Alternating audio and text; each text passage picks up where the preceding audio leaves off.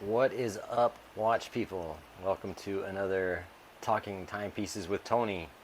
I'm starting to get that right after my last channel, so it takes a while to get the new channel ingrained in here after you had the last channel for about 5 years. So uh, today I am wearing my Cartier Santos Large, and cool thing is I ordered a custom handmade strap from Cartier in Paris, and it finally came in. I ordered it about 3 months ago, and I got a text from the Cartier boutique in, believe it or not, Las Vegas, because that's what shipped from Paris to Las Vegas. Anyway, they're going to send it to me. I should have it next week sometime, so I can't wait to do not only put the strap on this thing, and then I'm going to do sort of an updated review of this watch, everything I love about it, and a couple things I don't like about it. But all right, so today we're going to talk about why I returned my Jeager Le-Coultre, the day after I bought it. So let's roll the intro and let's get going.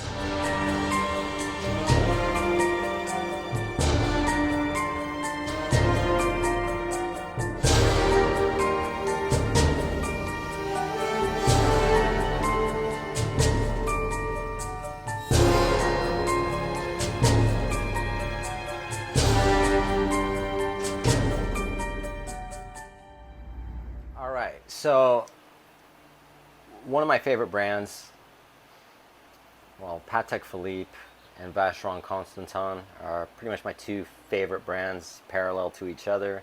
Maybe Vacheron a little bit more. And then beneath that would be JLC, and Rolex tied with Cartier. So it's like a three-way tie there. And there was a period of time again where I had, I could have bought a JLC, I could have bought, it's just I bought Rolex. I've been buying Rolex, and I was buying Cartier, and you name it, man, I was buying it. It's just I was having, but I didn't ever buy a JLC. I just looked at it like, a watch that wasn't obtainable in a sense that was really as affordable as a Rolex, but with the hot horology of a Patek Philippe or a Vacheron. So I finally decided I was going to pull the trigger. I'm like, you know what, man, I have to have a JLC, I have to have a Jaeger, and I just have to do it. And so I'd been looking, and I finally pulled the trigger, and I bought the JLC Master Control Date. And I bought it from Crown and Caliber, nothing against them, but there's a few things that for when I buy a watch. One, I like to have a good experience. So usually I buy all of my watches brand new. I like to go into the boutique or the AD, try them out. I like that experience. There are times where I have purchased pre-owned watches. I've purchased, I think, a pre-owned Rolex, date just a long time ago. But for the most part, I like new watches. Some people love the vintage watches where, look at the history. Oh no, I bought a Zenith, a 1940 Zenith. That was beautiful. But, for the most part, I like to, I'm glad it has, pre-owned watches have some kind of history behind them. Not just the heritage of the watch, but they do have who owned it, where did it get, the whole thing. And essentially, I don't really give a shit.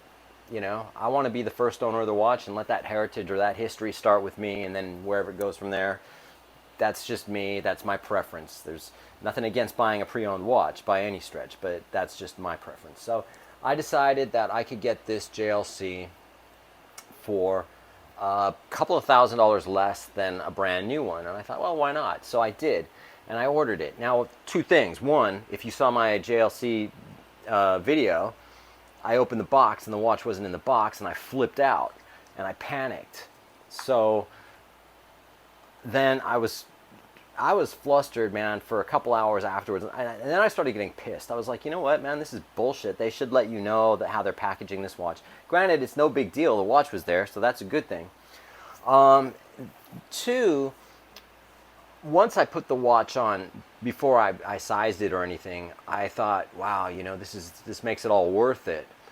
But then, because my eyesight isn't that great, I need reading glasses. So, for instance, my Cartier has a white sort of silver tone dial, and I can read the time perfectly without my glasses. My Rolex is the same. I like watches where I can tell the time where I don't have to put my glasses on to look at the watch. And what I found was the Master Control, as beautiful as it was, I couldn't tell the time at all. The silver dial with the silver hands just blended together, and I just was struggling to tell what time it was. I was just like, oh man. So at the same time, I was like, all right, all right, I can work through that. Maybe I could. But at the same time, you know, it's probably also the first watch I sort of got myself into a little bit of debt with. I usually buy my watches and I pay the credit card off the next day, and that's it. That way I don't have any debt. My credit cards are clear. I'm good. So I was kind of unhappy about not being able to see the hands that well and having to put on my glasses. So then what I did was I just boxed it up. I said, no, I'm sending this back, man. I'm already pissed off because of the way it was packaged. And so then I unboxed it again, not to just unbox it and go, oh my God, like I do with my Rolex sometimes or my Cartier, you know? And then I decided to size the alligator strap. So I sized the alligator strap, and I found I had to put it in the tightest hole. But even in the tightest hole, I had quite a bit of room. So that watch I was just like, now the watch just felt beautiful on the wrist, and it looked good. It sat there really nice. So I was like, oh, this sucks, you know? So now I have to buy a new strap. And now if I'm going to do that, I'm going to buy a JLC OEM strap, alligator strap or whatever. And that was $400. Now that's another $400 I got to spend. On top of that, the original purchase receipt was in that box, and it was purchased in 2013. So between 2013 and 2022, has that watch been serviced? I don't know. I don't know what's been done to that watch. So I'm thinking, and I'm going to go, okay, this watch is probably going to need to be serviced soon. So how much is that going to cost me to shell out to do that? And I just thought, man, I don't think it's going to be all worth it. Now, I decided to return it. I was like, you know what, it's not worth it to me. I'd rather spend an extra couple of grand and get a brand new one. And besides, the one I really want is the Master Control Date, and I love the blue dial. I'm going to flip a picture up here or there. Sorry, right here. And that's just insane. I love that watch. So that's the one I want. Or the Master Control Calendar, because I love moon phase. If you've noticed my watches, I don't have a lot of complicated watches. It's not because I don't know anything about complications. It's just that what it comes down to is I really like a simple watch where I can tell the time. I don't use chronographs. I don't, as far as the date windows, I can't tell what the date is on this. And even with the Rolex, I don't have a date because I don't need a date, So I do prefer just three hands. Back in the day, I used to love complications, man. I had a tourbillon. I had, oh my gosh, chronographs. I had minute repeaters. I had perpetual calendars, man. I had all this stuff back in the day, but I don't need any of that anymore. It's pretty simple. With the Jeager Le-Coultre, I do love the moon phase. That's one thing I do love. But the problem is, I do have a watch winder that's a 4-slot watch winder, and it's somewhere in here. But then I would have to have the watch winder going all the time, and just to keep the moon phase going. Otherwise, I'd have to keep setting it, and that would annoy me. But I do like that watch. And if I'm going to get the blue dial Master Control Date, then cool. If I have to get the silver one again and just deal with not being able to see it, I'll do that. But at least I'll buy the watch brand new.